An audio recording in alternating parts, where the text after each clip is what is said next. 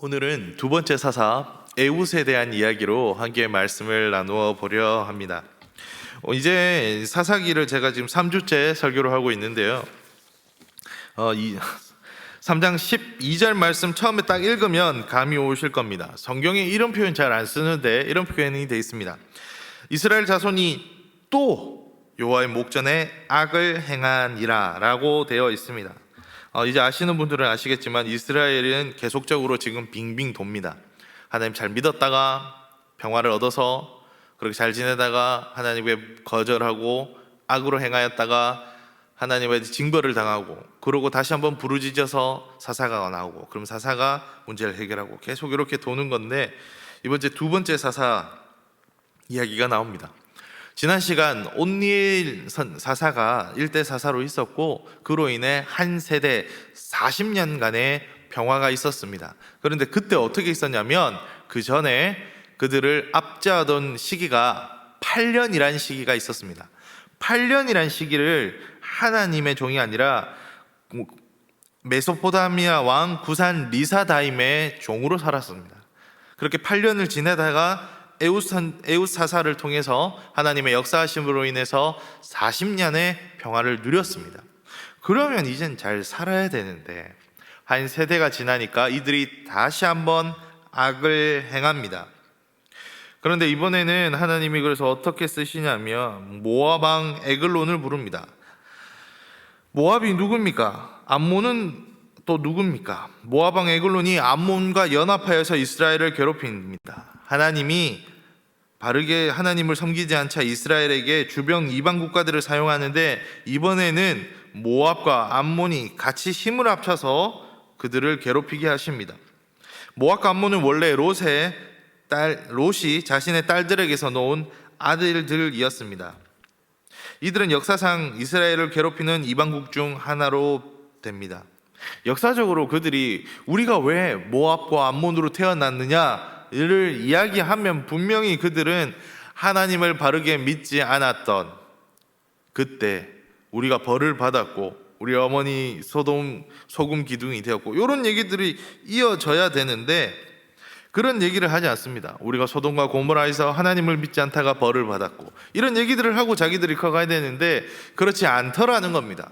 모압과 암몬은 계속적으로 그들이 분명히 하나님에 대한 이야기가 없으면 자신의 역사를 이야기할 수도 없음에도 불구하고 그들은 평생을 하나님의 적으로 살아갑니다. 하나님의 백성을 괴롭히는 이들로 살아갑니다. 이때 이 모압 왕 에그론에게 공물을 바치던 일을 하던 사람이 있었는데 그가 왼손잡이 에웃입니다. 오늘 말씀에 나오는 왼손잡이 에웃의 역할은 쉽게 얘기하면 모압 앞잡이였습니다. 공물을 바치는 역할을 했습니다. 그랬던 그가 혈혈단신으로 에그론 왕에게 나아가서 그를 처단하고 이스라엘 백성을 일으켜 세웠습니다. 그리고 이스라엘 백성은 에웃을 따라서 모압과 전쟁으로서 승리하였고 약 10,000명이나 되는 모압 사람들 장사들을 다 죽인 후에 그들이 평화의 시기가 만납니다. 그것도 역사적으로 참 특이합니다. 첫 번째 사사 때 8년의 압제 시기가 있었습니다. 그런데 8년에 완전수 10년을 더해서 18해 동안 이렇게 압제를 당합니다. 그리고 이제 에웃을 통해서 40년이 평화였던 에웃 시대의 딱 2배인 80년간의 평화를 만납니다. 어제는 우리나라의 유명한 절기인 3.1절이었습니다. 우리는 에웃을 보면 남들 같지 않습니다. 동병상련의 아픔과 공감이 막 올라옵니다. 에웃을 보면서 대리만족도 막 느끼는 것 같고 동병상련의 아픔과 공감 이런 게 막 생각납니다. 에웃 보면 안중근 의사도 생각나고 약간 윤봉길 의사 같기도 하고 막 그렇습니다.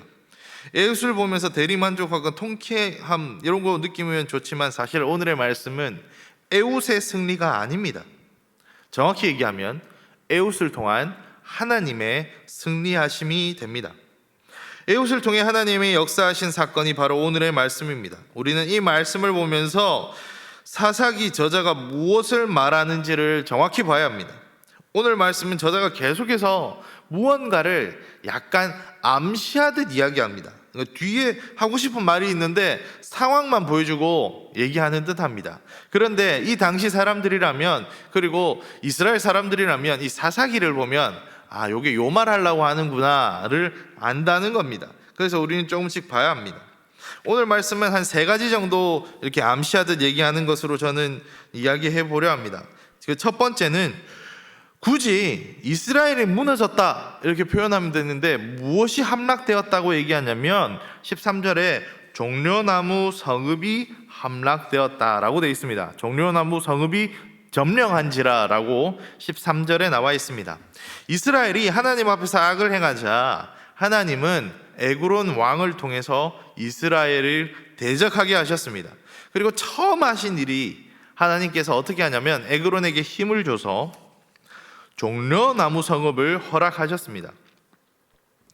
종려나무는 전쟁에서 승리한 사람을 환영할 때 사용했던 나무가지입니다. 신약에서는 예수님께서 종려나무 가지로 호산나 환영을 받으셨습니다. 또한 종려나무는 전쟁에서 승리자를, 통치자에게는 영광을 상징합니다. 그래서 우리 뒤에 말씀 보면 드보라 사사가 이제 나오는데, 드보라 사사도 종려나무 4장 5절에 보면 종려나무 아래에서 재판을 합니다. 이게 종려나무는 항상 승리자, 통치자의 영광, 이런 것들을 상징합니다. 그러니까 왕을 상징하고, 이 모든 것들은 가장 높은 위치를 나타낼 때 종려나무에 대한 이야기를 합니다. 이 종려나무 성읍은 그럼 어딜까요?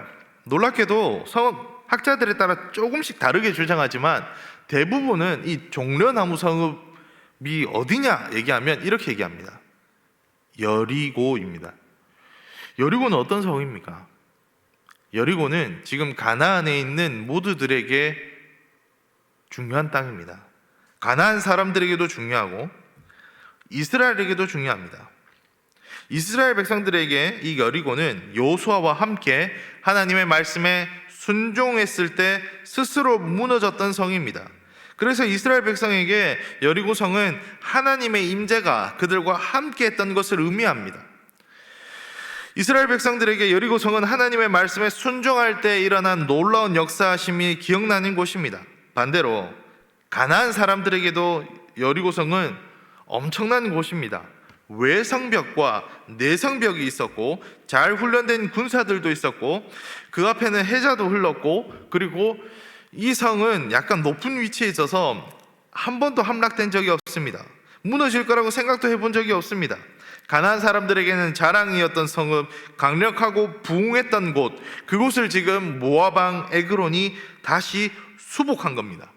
가나안 사람들에게, 이방 민족에게, 하나님 아닌 자들에게, 하나님을 믿지 않는 자들에게는 가장 부끄러웠던 역사일 뻔했던 그 가나안을 이제 자신들이 흑역사를 지우고 역사적 아픔을 치유하면서 얻은 겁니다.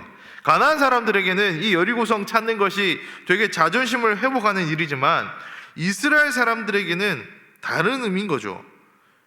이 성읍을 빼앗기면 안 되는 거죠. 이 성읍은 하나님의 말씀이 있었던 곳입니다. 하나님을 바르게 믿었을 때 이곳을 얻었던 곳이니까 이 하나님을 지금 우리가 바로 못 믿었구나를 가장 먼저 깨닫게 되는 것이 뭐부터냐면 이 종려나무 성읍이 빼앗기는 사건입니다. 여기를 지금 잃는다는 것은 하나님을 가장 알고 시작했던 가나안의 첫 싸움, 그 여리고를 잊어버린 것이 되는 겁니다. 우리가 지금 하나님 바르게 안 믿으니까 하나님께서 하나님께 순종하였을 때 주셨던 그 성읍을 빼앗아 버리시는구나, 이거를 깨달으라는 겁니다. 잃는 이들로 하여금 깨닫는 겁니다. 임진왜란이 시작되자마자 일본군이 사흘 만에 수도 서울을 향해 진격해버립니다. 왜 그렇게 합니까? 수도를 함락하면 이 땅을 다 차지한다는 의미가 있거든요. 왕이 있는 경복궁을 쳐버리면 그들은 더 힘이 없을 거라 생각했거든요. 그것이 원래 전쟁의 기록입니다. 항상 그래서 모든 싸움이 있을 때 수도가 함락되었느냐, 대통령이 잡혔느냐, 이런 것들로 전쟁에 대한 얘기들이 있습니다. 지금 이스라엘의 첫 싸움에 그래서 에그론 왕은 무엇을 수복하는 걸 제일 먼저 하면서 이스라엘을 괴롭히기 시작하냐면 종려나무 성읍을 무너뜨립니다. 너희가 그렇게 하나님 잘 믿었다고 그렇게 너희가 차지했다는 그 땅, 그것부터 빼앗기는 겁니다. 이것은 이스라엘 백성들에게 우리가 하나님의 자녀로서 심판받는 인생이 되었구나를 깨닫게 되는 상징과도 같습니다. 다른 말 필요 없습니다. 지금 제일 중요한 걸 딱 뺏겨버린 겁니다. 그것을 빼앗겼다는 것은 우리가 잘못 살았구나, 지금 이 시기에 우리가 하나님 아닌 다른 것들을 믿고 있었구나, 순종치 않았구나를 깨달아야 되는 사건입니다. 그래서 종려나무 성읍을 굳이 기록했습니다. 그냥 다 빼앗겼잖아요. 지금 모든 것 지금 다 없지 않습니까? 이스라엘 백성 모두가 다 모압의 종이 되었다고요. 그런데 이것을 기록해 놓은 것은 너희가 지금 어떤 인생을 살아가느냐를 성경이 지금 얘기합니다. 너희가 지금 바르게 안 하니까 뭐부터 빼앗기는지 보이느냐? 이거 얘기입니다. 너희가 하나님께 순종하였을 때 너희도 순종할, 그 순종으로 너희는 살아가게 되고, 너희가 순종하였을 때 그 큰 성 여리고가 무너지지 않았니? 얘들아 이제 나에게로 돌아오렴. 이런 하나님의 이야기가 지금 이곳에 있습니다. 그래서 종려나무 성읍에 대한 이야기로 이야기합니다. 우리는 하나님의 자녀라고 불리는 사람들입니다. 이스라엘의 이스라엘됨은, 이스라엘이 승리의 원동력은 단 하나, 하나님께 순종하며 하나님의 뜻대로 살아갈 때만 가능합니다. 오늘 말씀은 그것부터 기록했습니다. 그래서 3장 12절에 이스라엘 자손이 또 여호와의 목전에 악을 행하니나라고 먼저 적어놓은 후에 뭐 뺏겼냐면 종려나무 성을 빼앗겼더라 라고 기록이 되어 있는 겁니다. 둘째, 에웃에 대한 암시입니다. 에웃은 이름 뜻부터 하나 되다라는 뜻입니다. 이스라엘 백성이 지금 하나 되었습니다. 어떻게 하나 되었습니까? 하나님 잘 안 믿는 걸로 하나 되었습니다. 하나님 바르게 안 믿는 걸로 모두가 대동단결하였습니다. 여야가 없고 좌우가 없고 모두가 다 하나님 제대로 안 믿는 걸로 통합되었습니다. 이 시기가 그렇습니다.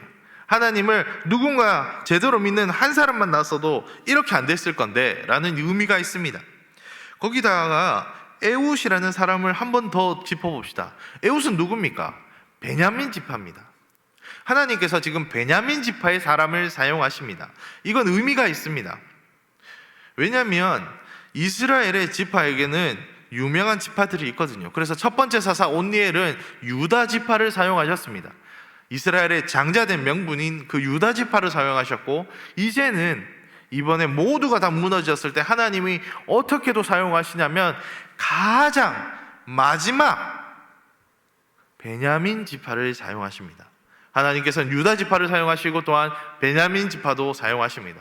하나님은 처음 된 자들도 쓰시고 반대로 가장 낮은 자들도 사용하십니다. 이 베냐민 지파의 이름 뜻이 있습니다. 베냐민 지파의 이름의 뜻은 오른손의 아들이란 뜻입니다. 그의 아버지 이스라엘 야곱이 베냐민을 사랑해서 그의 엄마가 베노미라고 지은 걸 베냐민으로 고쳤습니다. 라헬은 죽기 전에 베냐민을 베노미라고 이렇게 부르려 했는데 아니야 라고 이스라엘 야곱이 베냐민이라고 지었고, 오른손의 아들이란 뜻입니다. 오른손이라는 건 하나님의 영광을 의미하며 유력한 자란 뜻입니다. 그런 의미를 지금 주고 있습니다. 그런데 그 오른손의 아들이라는 이름의 베냐민 지파의 에웃은 왼손잡이입니다. 성경은 굳이 그를 왼손잡이라고 이야기하고 있습니다. 베냐민 지파의 왼손잡이는 조금 특이한 의미가 두 가지 있습니다. 그 당시에 고대에 이 사람은 왼손잡이야 라는 것은 두 가지 의미가 있습니다. 만약 이 에웃을 용병으로 표현한다면, 정예 용병, 그러니까 열심히 훈련받은 군사로 표현한다면 그는 왼손잡이 부대원이 됩니다. 베냐민 지파에는 돌팔매질을 잘하는 왼손잡이 부대가 있습니다. 그래서 어떻게 하냐면 왼손을 할 때 몸이 흔들리면 안 되기 때문에 이 왼손을 돌릴 때 오른손을 묶어버립니다. 그래서 왼손잡이라고 얘기합니다. 왼손잡이 부대를 얘기합니다.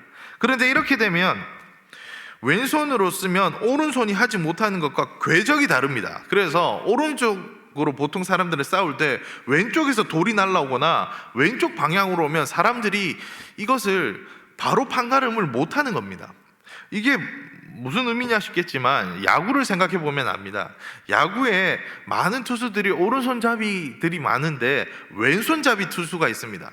야구의 명언 중에 이런 말이 있습니다. 왼손잡이 강속구 투수는 지옥에서라도 데려와야 된다, 이런 말이 있습니다. 왜냐하면 왼손잡이 강속구를 던지는 투수가 있으면 그 팀은 무조건 유리하거든요. 잘 되거든요. 그래서 중요합니다. 이렇게 왼손잡이 부대가 되면 이런 의미가 됩니다. 에훗이 왼손잡이 부대원이었다면 하나님이 지금 이렇게 묻는 겁니다. 네 근데 지금 뭐 하는데?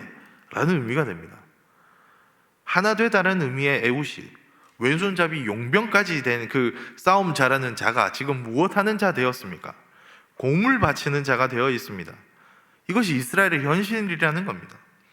너희가 지금 하나님을 바르게 믿고 살아가기도 부족한 자들이 오른손의 아들이라는 이름의 베냐민 지파로 너희가 바르게 살아야 되는데 왼손잡이 용병 부대까지 된 너희가 뭐 하냐는 겁니다. 하나님을 바르게 믿고 하나님한테 제사 드리고 살아가야 될 너희가 지금 뭐 하냐는 겁니다. 에훗이 지금 뭐 하고 있습니까? 에그론에게 공물 바치는 자로 인생을 살아가고 있습니다. 하나님께서는 지금 이런 아이러니한 상황을 얘기하고 있습니다.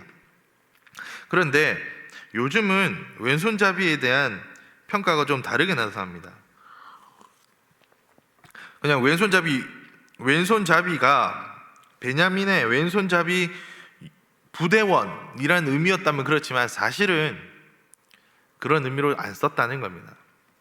그럼 어떤 말로 더 맞냐면, 우리 예전에 왼손으로 밥 먹으면 어르신들이 뒤통수를 딱 때렸습니다. 야 이놈아, 오른손으로 밥 먹어야지 마노, 이렇게 하고, 글씨도 왼손으로 쓰면 우리나라 글씨는 왼쪽에서 오른쪽으로 갑니다. 그래서 쓰다 보면 왼손으로 쓰면 여기 다 묻고 여기 시커매집니다, 연필로 쓰면. 그래서 오른손으로 써야 맞습니다. 그래서 왼손으로 쓰면 안 된다고 막 어른들이 가르쳤던 겁니다. 이 왼손잡이들 그래서 뭐라고 불렀죠? 왼짜빼기라고 불렀습니다. 왼손으로 쓰면 잘못됐다는 겁니다. 여기서 왼손잡이라고 얘기하는 것은, 그러니까 고대 근동의 언어로 쓰면 정예부대, 왼손잡이 부대라는 말보다 아마도 에훗은 정말로 오른손이 마른 자 내지는 오른손이 제 역할을 못해서 왼손으로밖에 살아갈 수밖에 없는 자라는 의미가 더 강하다는 겁니다. 핸디캡이 있는 사람, 장애우가 됩니다. 이렇게 되면 어떻게 되냐면 하나님 앞에 이스라엘이 그런 모습이라는 겁니다.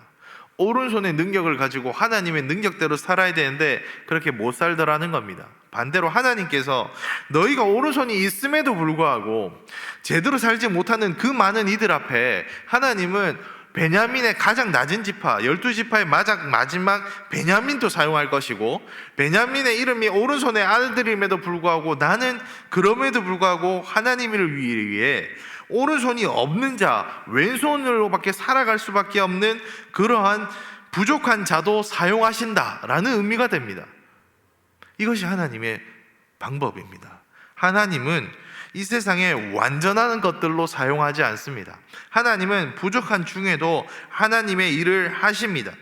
그러니까 에훗을 보면서 야, 에훗 저 사람 진짜 대단한 사람이네, 어떻게 혼자서 무섭지도 않나, 어떻게 그런 일을 했지?가 아니라 하나님께서 그에게 능력 주셔서 그 일을 감당케 하셨다는 겁니다. 원래는 에그론에게 공물 바치는 자인 이 나약한 자를 하나님이 능력 주셔서 감당케 하신다는 겁니다. 그래서 에훗이 어떻게 합니까? 오른손을 당연히 못 쓰니까 왼손을 써야 되니까 보통은 왼쪽에 칼을 찹니다. 그래서 오른손으로 칼을 이렇게 빼야 맞습니다. 그리고 칼은 고대 근동 중동 지방 칼들은 그림들을 보시면 알겠지만 달 모양으로 이렇게 구부러져 있습니다. 그런데 이 사람은 어떤 칼을 썼냐면 오른손을 못 쓰니까 왼손으로 해야 되니까 오른쪽에 칼을 꽂아 놓은 겁니다. 사람들이 칼이 있을 거라고 생각도 안 한 겁니다. 왜? 뭐 왼손잡이 제가 뭘 하겠어, 이런 생각인 겁니다. 그러니까 왕도 그냥 부른 겁니다. 들어오라고. 그래서 갔는데 어떻게 됐죠? 그래서 그가 바로 칼을 꺼내서 바로 찔러버리고 일들을 해낸 겁니다. 하나님께서 그를 사용하셨고, 그리고 그가 단순히 이 사건으로 끝낸 것이 아니라 이 사건 이후로 이스라엘 백성들을 모으고 단합시키고 하나님의 말씀을 가지고 나아가서 이 땅 가운데 하나님의 평화가 있게 되었습니다. 이것이 에훗입니다. 하나님께서 부족한 자를 사용하셔서 하나님의 방식대로 사용하셨고, 하나님이 세워주셨고, 하나님의 백성을 구원하셨고 하나 되게 하셨습니다. 에훗, 그 이름대로 하나님께서 이렇게 행하셨습니다. 이것이 바로 하나님의 방법입니다. 세 번째는 에그론에 대한 암시입니다. 에그론은 모압의 왕입니다. 얼마나 대단한 사람입니까?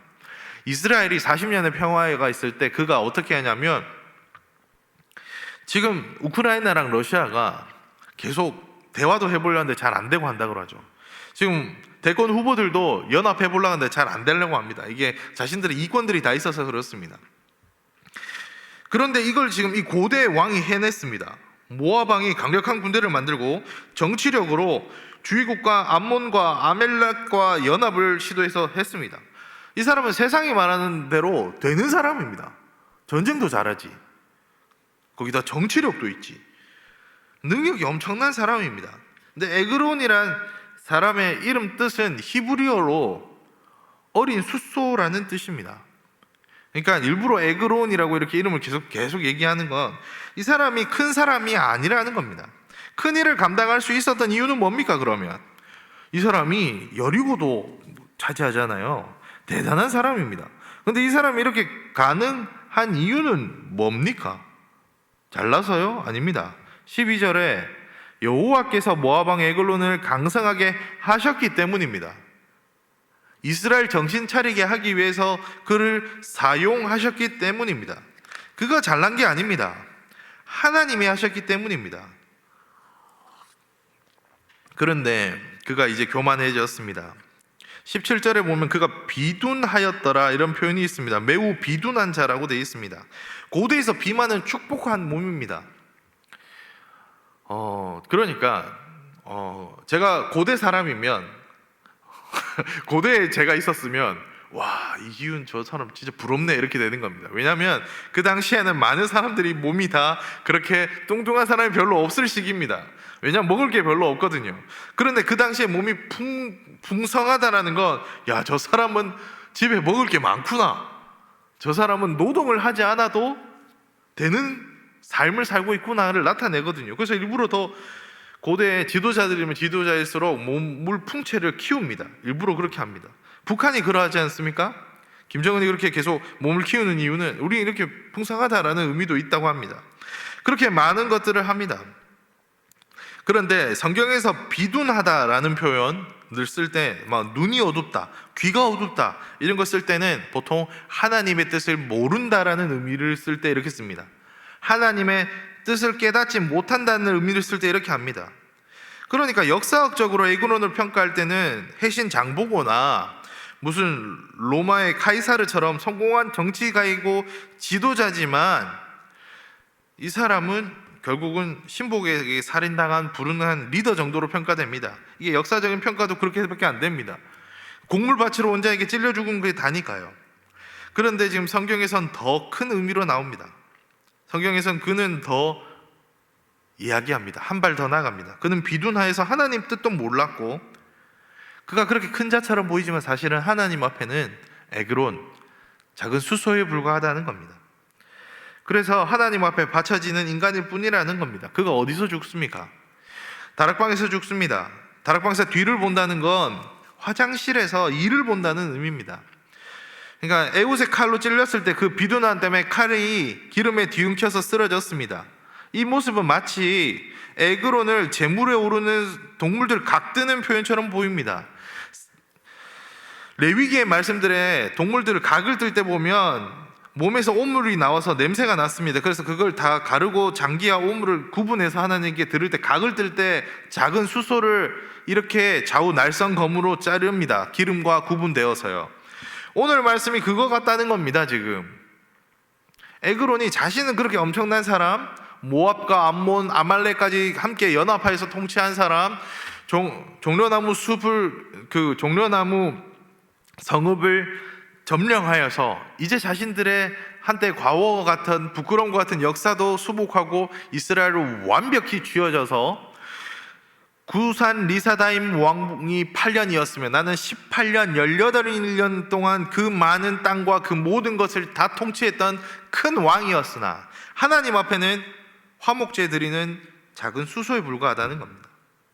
그의 죽음은 그래서 냄새나는 곳에서 발을 들이우는 것이라고 생각해서 아무도 그를 구원해 주지 않았고 그가 죽을 때까지 그냥 지켜보고 나중에 죽은 후에 가보니까 오물들 다 나와 있고 그는 죽어 있고 이런 모습이 그의 마지막이었습니다. 그것이 끝입니다. 하나님 없으면 우리는 아무것도 아닌 존재라는 걸 나타내십니다.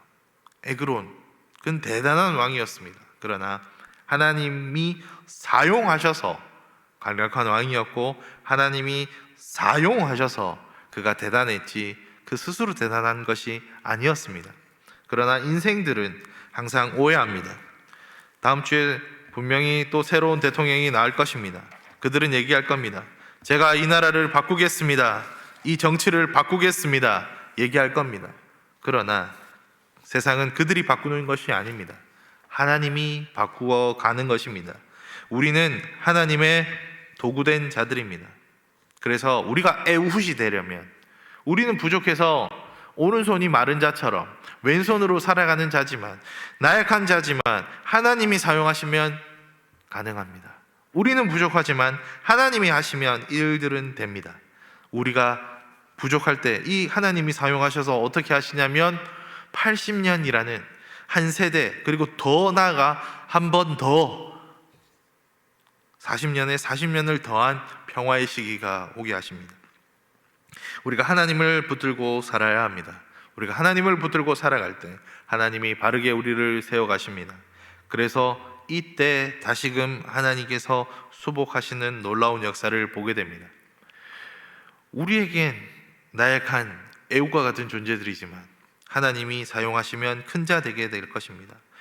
세상은 그들을 큰 자라고 우와 대단한 사람 에그론이라 말하지만 하나님 앞에 그 에그론은 작은 수소에 불과합니다. 우리가 하나님을 바르게 믿어야 합니다. 그리고 하나님을 바르게 붙들어야 합니다. 코로나의 환경 속에 있고 다음 주 대선도 있습니다. 분주한 몸으로 지금 한 해가 계속 흘러가고 있습니다. 그러나 지금 기도를 위해 나온 우리는 하나님을 바라봅니다. 오늘도 언제나 우리를 인도하실 하나님만 바라보며 승리하는 저와 우리 성도님들 되시기 바랍니다.